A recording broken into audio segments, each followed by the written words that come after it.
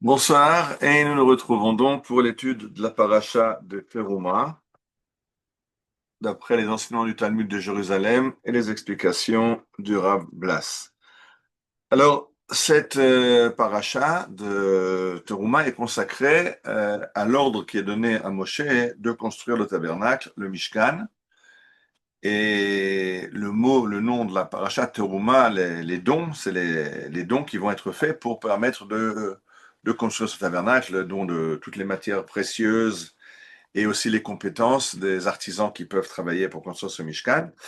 Et les Chachamim nous disent qu'il y a une discussion, est-ce que cette paracha est à sa place ou pas, puisqu'on va maintenant avoir deux parachiotes, Troumat et Tzavé, qui vont nous parler de l'ordre de construire le tabernacle avec les ustensiles, avec les habits sacerdotaux, et Vayakel Pkoudé, qui sont les deux parachutes de la réalisation de ce tabernacle, et au milieu Kitissa qui nous parle du veau d'or. Et discussion des sages de savoir est-ce que en fait le veau d'or était après l'ordre, que en fait le Mishkan devait être construit, c'était indépendamment du fait qu'il y a eu le veau d'or, ou est-ce que le Mishkan est en fait un pardon après la faute du veau d'or. Et je ne rentre pas dans la discussion maintenant. Je rentre dans dans ce Mishkan. Qu'est-ce qu'on trouve dans le Mishkan? Alors d'abord, on trouve, en fait, l'ustensile le plus important, c'est le Aaron Abrit, c'est l'arche d'alliance dans laquelle se trouvent les tables de la loi.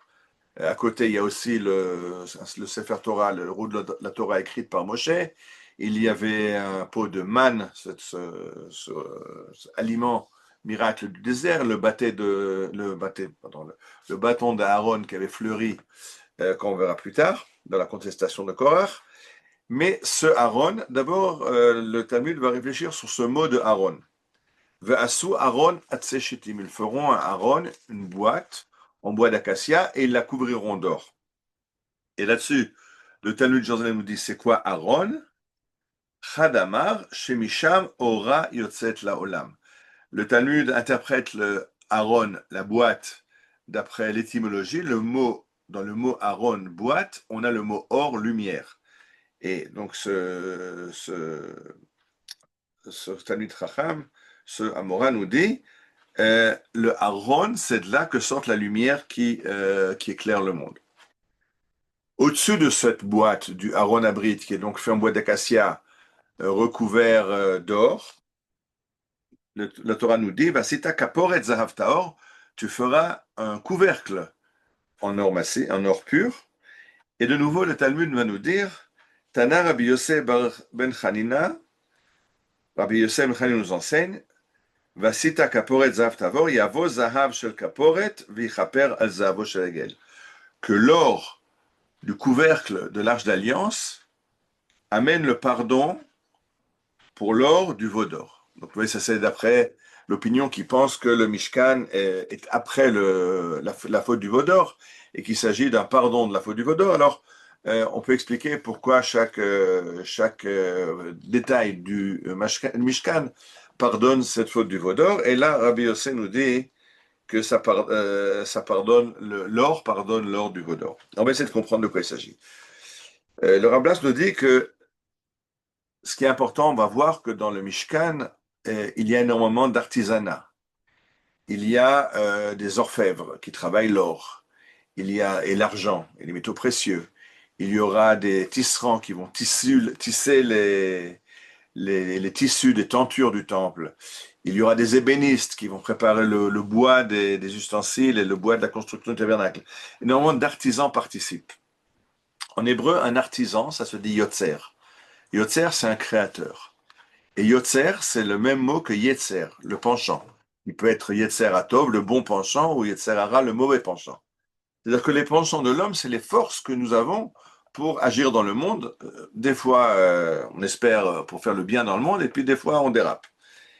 Et, et ce que nous dit la place, c'est ce que veut dire le Talmud, c'est que cette force de l'artisan, cette force de créer avec l'or, on peut l'utiliser pour faire un veau d'or, on peut l'utiliser pour faire une arche d'alliance.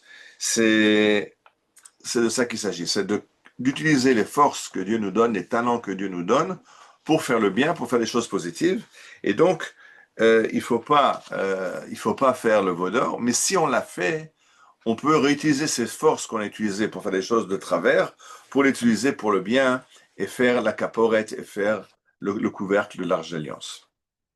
Je reviens maintenant au premier enseignant qui nous parle de la boîte dans laquelle était l'Arche d'Alliance, le Aaron, d'après le Talmud, donc de ce Aaron sort la lumière dans le monde.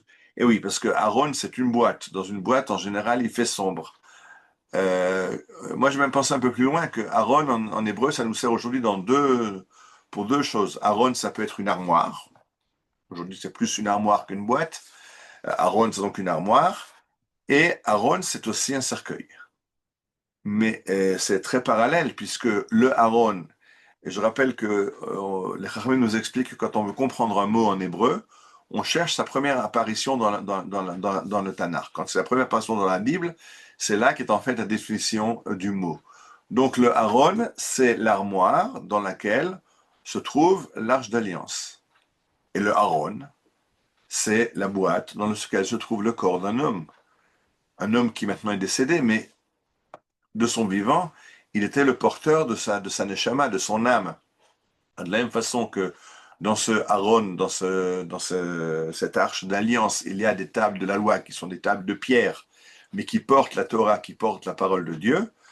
Dans un cercueil, il y a un corps créé par Dieu qui porte l'âme humaine. D'ailleurs, il y a un très beau adage des Chachamim dans le Talmud qui rit de ces gens qui se lèvent quand ils voient le Sefer Torah passer et qui ne se lèvent pas devant un Talmid Chacham, devant un sage de la Torah. Ils disent, ben, la Torah, c'est la Torah inerte, et le Talmid Chacham, c'est une Torah vivante.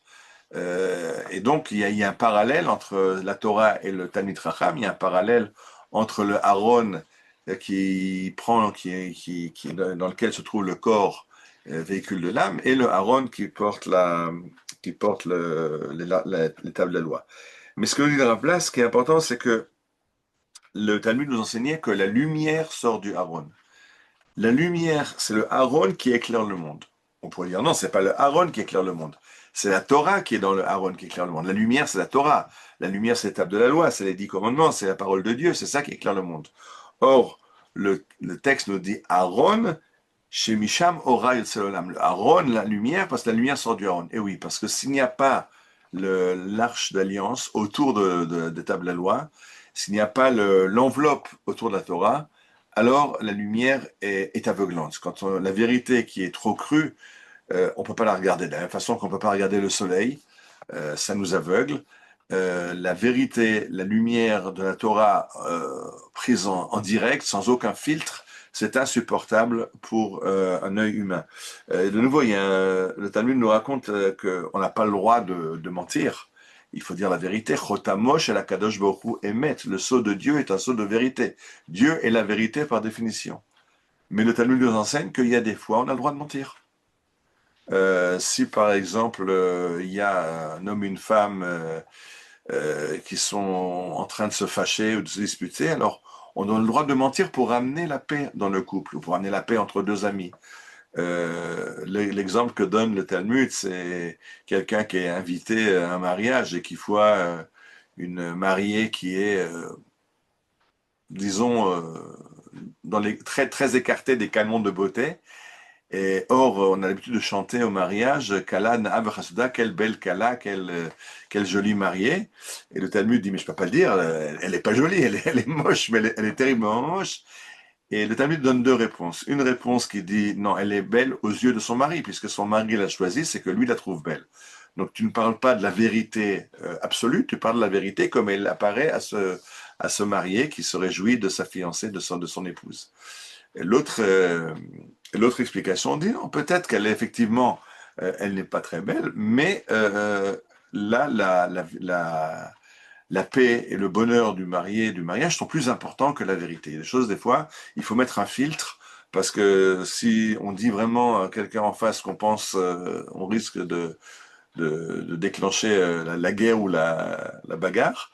Donc, il faut mettre un filtre. Il faut mettre un filtre devant la vérité des fois. Il y a des Bien sûr, pas n'importe quand, on n'est pas là pour mentir, mais des fois, il faut un petit peu déguiser la vérité. De nouveau, l'exemple que donne le Talmud, c'est le Midrash, c'est l'exemple de l'ange que quand Sarah s'est moquée parce qu'elle a ri, parce que l'ange lui a dit, tu vas avoir un fils l'année prochaine, elle a dit, mais Yitzhak, elle dit, je peux pas, mon mari est trop vieux. Et quand l'ange rapporte les paroles de Sarah à Abraham, il dit qu'elle a dit qu'elle était trop vieille, elle. Il n'a pas dit qu'elle avait dit que c'est lui qui était trop vieux. Lui avait 100 ans. Elle était une jeune femme de 90 ans à l'époque. Donc, des fois, la vérité crue n'est pas acceptable. Elle est trop crue. La lumière de la Torah aussi, des fois, elle est trop forte, elle aveugle. Et c'est pour ça qu'il faut cette enveloppe, il faut ce Aaron. Et la lumière sort du Aaron. La lumière peut sortir par le fait qu'il y a une enveloppe autour de la Torah qui fait que cette Torah est acceptable dans le monde. C'est toute la base de cette idée de la Kabbalah qui nous parle de Oroth Vekelim, que les lumières ont besoin de récipients et que si les récipients ne sont pas aptes à la quantité de lumière, ils explosent. Il y a une quantité de lumière qu'on peut absorber avec un œil humain, avec une intelligence humaine, et des fois, il faut mettre une enveloppe autour. Et donc, tout le Aaron, et le tabernacle entier, puisque le tabernacle a été construit pour être la maison où se trouve l'Arche d'Alliance qui permet la rencontre avec Dieu. Alors, toute cette rencontre se fait par le fait qu'il y a des habits, il y a des emballages qui permettent de filtrer la vérité de la Torah pour qu'elle puisse se dévoiler dans le monde et éclairer le monde à un niveau où on peut l'accepter. Shabbat Shalom et Bezrat Hashem à la semaine prochaine. Ah, pardon, à la semaine prochaine, je ne sais pas encore si je pourrai assurer l'étude. Suivez les annonces sur le groupe WhatsApp, je vous le dirai. Shabbat Shalom.